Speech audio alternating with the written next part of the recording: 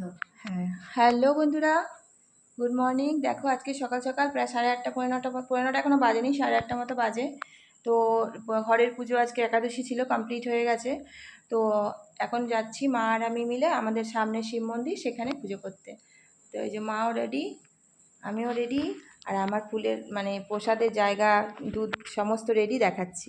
তো এই দেখো বাবার মাথায় দুধ গঙ্গা জল রেডি, এদিকে সমস্ত সন্দেশ বাতাসা সমস্ত কিছু যা লাগে একটু মালা সমস্ত নিয়ে নিয়েছি। এবার যাচ্ছি আমরা পুজো করতে। তো চলো তোমাদেরকে দেখাচ্ছি।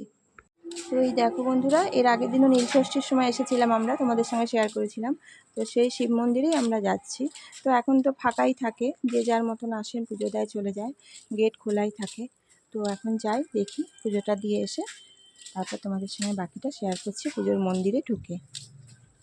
এই যে গাছে কলকে ফুল হয়েছে, এখন মা চললো কলকে ফুল পাড়তে। এই যে ব্যাস, বলছি পারবে না, পাটায় লাগাবে নাকি? ধরেছে, হয়েছে একটা, আর নেই তো, একটাই আছে তো, একটাই দাও তুমি। ঠিক আছে।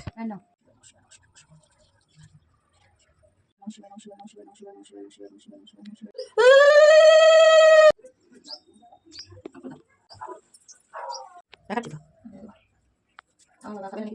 তো দেখো আমরা পুজো দিয়ে বাড়ি চলে এসেছি। এখানে দুধ গঙ্গা জল যেটা চরণামৃত হয় সেটা নিয়ে চলে এসেছি, খাবো আমরা।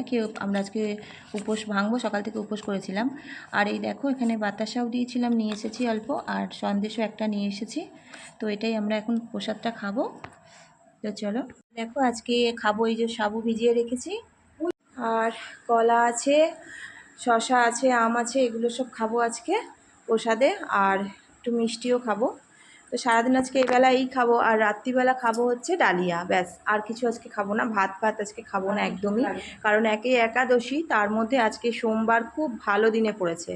তো সেই কারণেই একসঙ্গেই দুটো হয়ে যাচ্ছে আমাদের। তো মা আমি এই খাবো, আর বর তো সকালে কাজে চলে গেছে। আর মেয়েকে আজকে একটু সকালবেলা ভোর ভোর উঠে মা রান্না করে দিয়েছে ভাত। ও তো বাচ্চা মেয়েও পারবে না না খেয়ে থাকতে, তো ওকে ভাত করে দেওয়া হয়েছে। ও চলে গেছে, মানে যাবে আর কি ডিউটি। তো আজকের মতন এইটুকুই আমাদের রুটিন। তো চলো টাটা, তোমরা ভালো থেকো, সুস্থ থেকো, সাবধানে থেকো, এইটুকুই তোমাদের সঙ্গে শেয়ার করলাম। টাটা।